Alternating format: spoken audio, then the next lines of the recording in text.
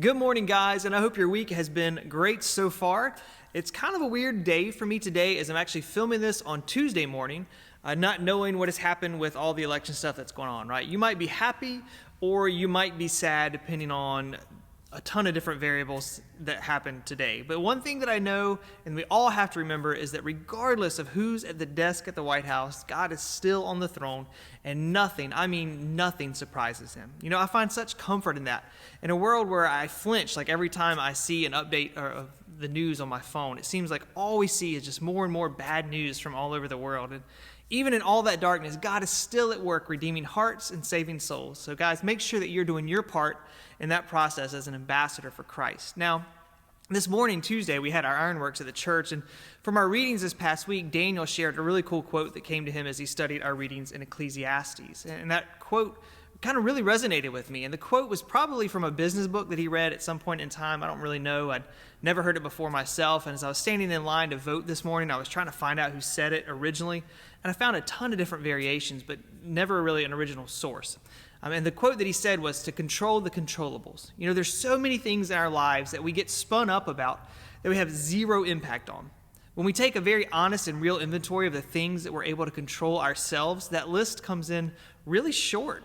And yet we spend so much emotion and so much time worrying about the things that are not on that list, right? Why do we do that to ourselves? Why do we lose sleep at night over problems that we can't directly fix? Why do we miss out on quality time with family and friends, stressing about issues that are out of our influence? It's because we want the illusion of control. We don't want to be apathetic at any point in time of things around us, but we also need to understand that we can't let the uncontrollable things devour our effort and our energy. You know, there's a passage in Philippians that speaks to this, and it's a verse that I repeat to myself pretty often. Philippians 4:6-7 says, "Do not be anxious about anything, but in everything, by prayer and supplication with thanksgiving, let your requests be made known to God. And the peace of God, which surpasses all understanding, will guard your heart and your mind in Christ Jesus." Instead of being anxious about everything, guys, give everything back to God and trust that He knows what is best. And when we're able to do that and leave that issue in His hands instead of like snatching it back, we are promised a peace that passes all understanding. I don't know about you guys, but I welcome more of that kind of peace in my life. I'm tired of stressing over things that are out of my control. I find a simple contentment in knowing that I have a list of things I can control and that God isn't expecting me to take stuff off His plate and act like I can fix it all, right? You know, when Job questions God about the direction of his life in the Old Testament, God answers back with a loving but stern response. In Job 38, God says, "Who is it that darkens counsel by words without knowledge? Dress for action like a man. I will question you, and you're going to make it known to me. Where were you when I laid the foundation of the earth? Tell me if you have understanding.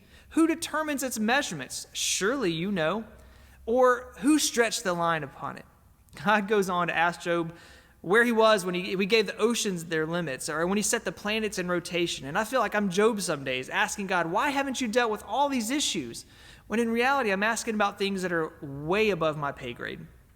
It would be foolish for me to think I understand the bigger picture better than God, or instead of wasting time on emotions and things they're out of my control. I'm going to start my day off by figuring out what God has given me control over for today and what He wants me to do with it while I have it.